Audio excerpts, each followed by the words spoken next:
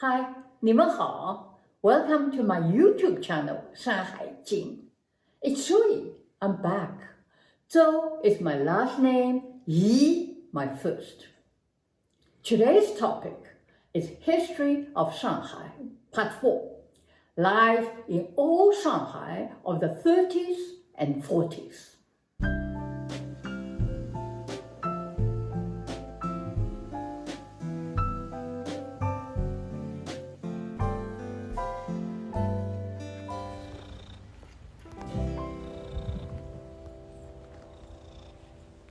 When we talk about old Shanghai, we are referring to a very short period from the 1920s through the 40s, and from the Republic Revolution in 1911 to the People's Republic in 1949.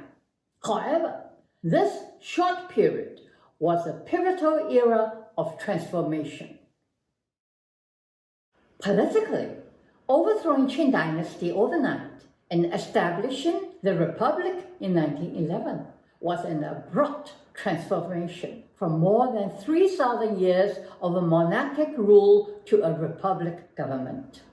Culturally, a time of drastic transformation from a traditional feudal society to a modern one.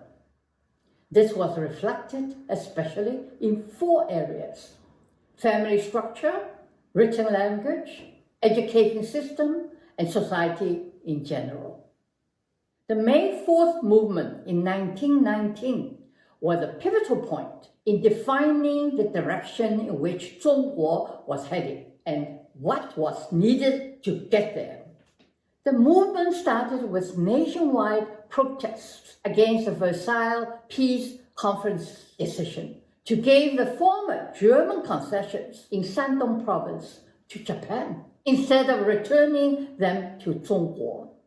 The nationwide protests extended into a cultural and societal transformation. A new intelligentsia led the way and became a major factor in subsequent political and cultural developments. It marked a turning point and resulted in the Renaissance of the 30s and 40s in fine arts, literature, and theater.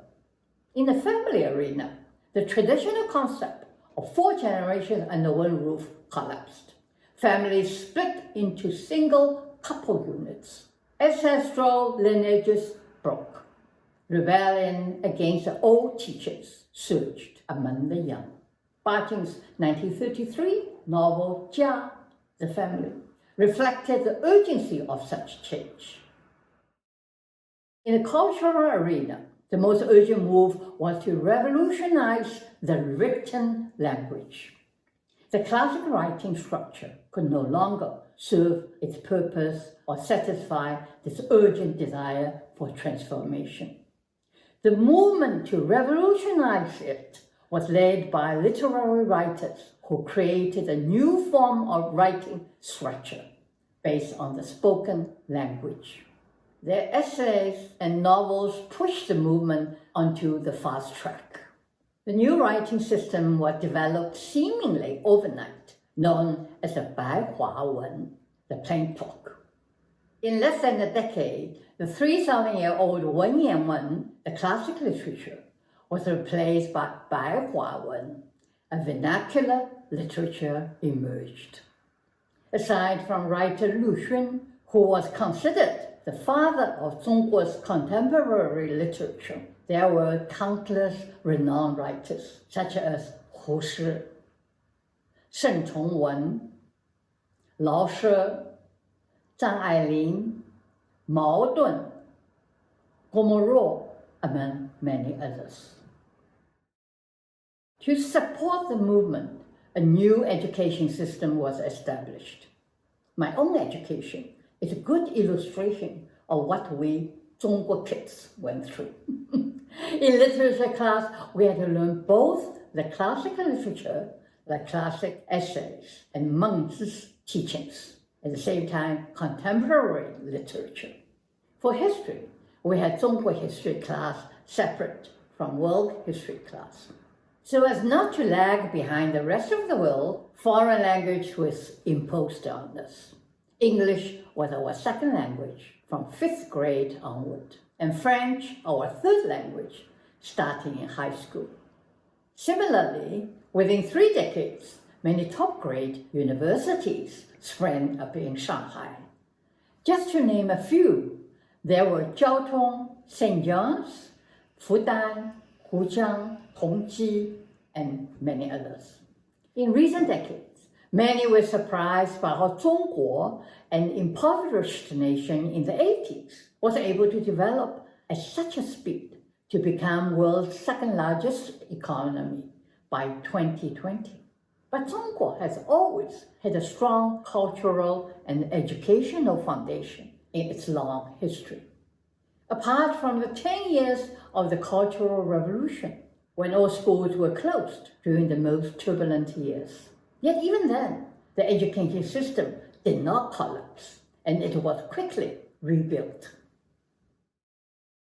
Now, as for society, this is a broad subject. I'll try to illustrate as much as I can recall. My own life is an example for you to see how the old and new intermingled, and how both the Eastern and Western cultures were imposed on us. During my childhood in the 30s, we children were brought up partially under the old customs. For example, during New Year celebrations, we kowtow to our grown-ups to pay respect to them. Even on birthdays, we kowtow to our parents for giving us life and for raising us. At the same time, we attended modern schools and received a liberal education. We learned the Rujia teachings, Confucianism, of 忠孝仁义, loyalty, filial piety, benevolence, and chivalry. And at the same time, we watched the latest Hollywood films, such as Gilda, featuring Rita Hayworth's mesmerizing striptease dance and song. Put the blame on me and love it. Many may think this would confuse a child.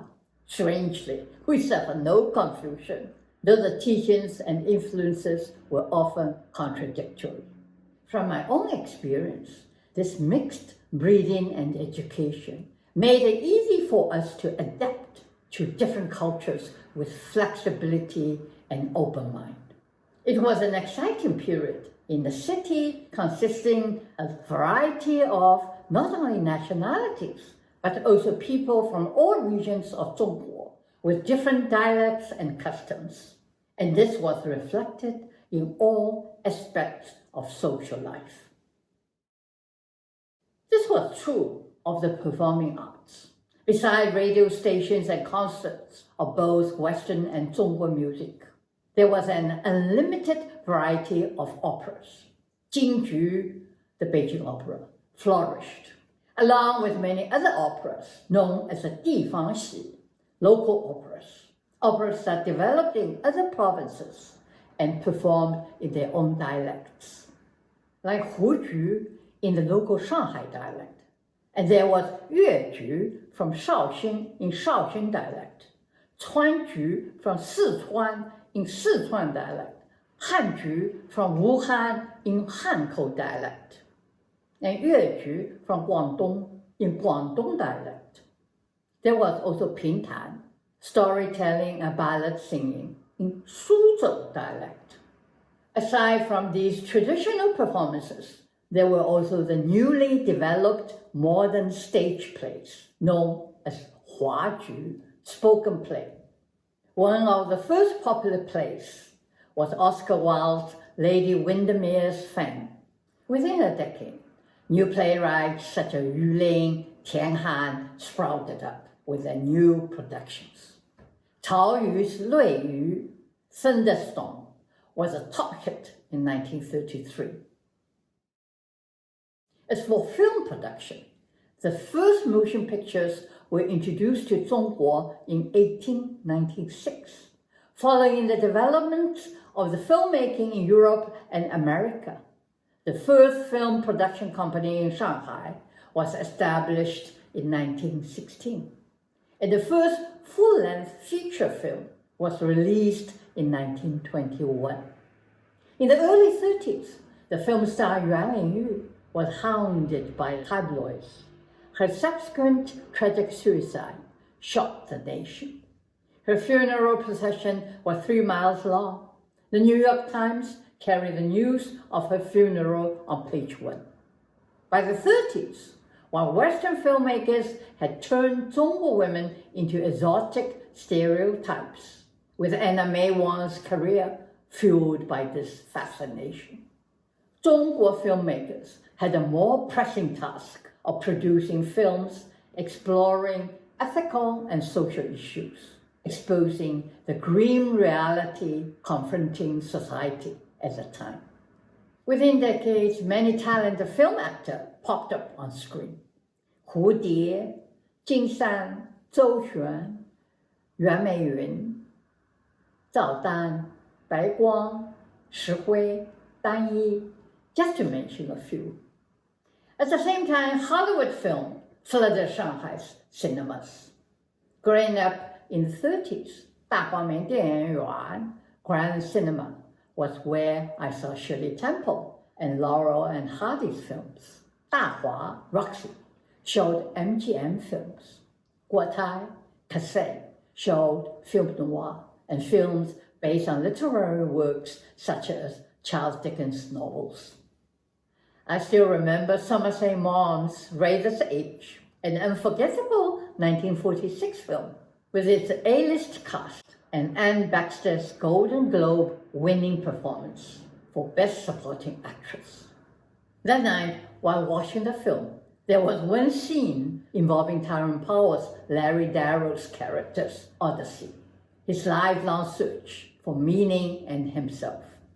At the top of the mountain in India, he is shown suddenly grasping the meaning of life after watching the sunrise. The audience just roared with laughter. These were well-educated audience. They understood that enlightenment doesn't happen by simply watching the sunrise. This Hollywood simplification of Asian philosophy was hilarious, but didn't seem to affect the audience's appreciation of the film. In my later years, I was surprised to learn that my father was one of the very early ones in 1920 to experiment with filmmaking with filmmakers from Songwu Press by incorporating Jingju onto the screen. It was a bold experiment to film opera without sound. He said in one of his interviews in later years that they even used real horses instead of a whip to signify horseback riding in traditional Jingju form. They filmed only 2 episodes of Pipaji. Regrettably, the irreplaceable film went up in flame, along with many precious books, when Songwu Press was bombed and burned for 3 consecutive days during the Japanese invasion of Shanghai in 1937. But at least the film 战间堂, Slain at the Prayer Room, made in 1937, has survived to this day. It was one of his most popular operas and one of my favorites. There was also the Huaji Xi, the funny show, the Shanghai name for stand-up. That's because, according to the ancient classics, the principle of Huaji, to be funny, is Hua, 乱也, slippery chaos, Ji, 同也, present all chaotic, ridiculous stuff together for others to see. The new word for comedian in Zhongguo now is 笑星, the laughing star, like Mingxin, shining star for movie stars. The top comedians in my youth were Yao Mushang, Zhou Bachun. I love their stand-up show, the way my daughter loves Stephen Colbert. They were the 2 top comedians in Shanghai, and they performed for 60 years. They poked fun at the many different dialects spoken in Shanghai and how people misunderstood each other in their respective dialects, and also poked fun at the inconsistency of the Shanghai dialect, like calling all the Westerners 外国人, the foreigner, but not any other nationalities. An Indian from India is Indian. A Thai from Thailand is Thai. A Japanese from Japan, Japanese. But not Westerners, no matter if Dutch or English. They were just foreigners, 外国人. The Shanghai dialect is a mixture of many dialects. The real local dialect is Pudong dialect, but that's not what the people in the city speak. For instance, ala in Shanghai dialect means we, which is derived from Ningbo dialect. And like neme from Suzhou dialect means then. I took a train first, neme, I took a bus. They also poked fun at pidgin English. I still remember one little joke they told. Yao Mushang boasted that he knew how to speak English. Oh yeah, said Zhou Batun. Why don't you tell me about the car accident you saw? Now, in English? Okay, replied Yao Mushang. One car east, one car west, two car fast, two car kiss. Plim pam, polong tong, ayuwa. Plim pam, two car crashed. Polong tong, two car tumbled. Ayuwa, Shanghai expression where one gets hurt. When I was growing up in Shanghai, my sister and I loved to imitate pidgin English. And I still do, it's fun. It saves a lot of energy. No worrying about pronunciation or grammar. Like, no can do is now a common used pidgin English. During the Japanese occupation in Shanghai, our chef Mao Shen, who used to work for the English families, lost his job after the British were interned in camps by the Japanese. He knew all the pidgin English. His English employer spoke pidgin Shanghai dialect, and Mao Shen spoke pidgin English. And that's how they conversed. After a while, he learned all the pidgin Shanghai dialect. And I had fun speaking their pidgin Shanghai dialect to my mother, testing mother's reaction, and got a kick out of it. He was quite a character. Growing up in a theatrical family, it will not surprise you that the weekends of my childhood were filled with theater after theater. A film of Huaju, the play, in the afternoon, and Jinju in the evening. The afternoons we spent in the contemporary modern world, and evenings brought me back to the historical past. I enjoyed every minute in the theater, whether it was film, play, or Jinju. The urgency to spread news source could also be reflected in the publications of numerous newspapers, magazines, and books. More than 400 periodicals popped up after the May 4th movement. Feverish debates were a common phenomenon at the time. Literature and art reached their heights. There were no limits of experimentation, infusing the legacy of the traditional culture and the influence of the new modern ideas. I'm lucky to have had a father who loved to write books. His study became the source of my education. It was in his old newspapers, piled high on the floor, that I learned of the nationwide protests in the 20s. It was in his bookshelves that I found not only books by contemporary Zhongguo writers, but also translation works of operas like Carmen, plays from Euripides to Ibsen and Chekhov, and novels from Hugo to Hardy, and short stories and novella from Maupassant to Turgenev. His study broadened my world and built up my interest in reading. I'm forever grateful not only to my father, but also to the tireless translators who labored over the world's great literature. These translators did not do it purely for fame and money, but with a passion for literary works and a dedication to educate the generations that come after them. Keep in mind, the society I witnessed and lived in had little social interaction with the Shanghailanders. Like I said in my last episode, the Shanghailanders had no part in or had any awareness of the significance of this transformation. Basically, each nationality had its own secluded community. For example, most Shanghailanders never learned to use chopsticks or even tasted Zhongguo cuisine. I knew some learned to use chopsticks and eat Zhongguo food only after they emigrated to America. Sadly, that was a bit too late for the fun and good food they missed in Shanghai. In the next episode, I'll talk about two areas of our lives in old Shanghai.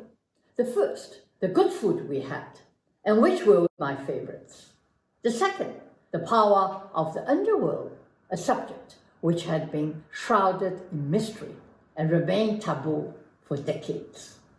Tune in for part 5 of the history of Shanghai. Thank you again for listening.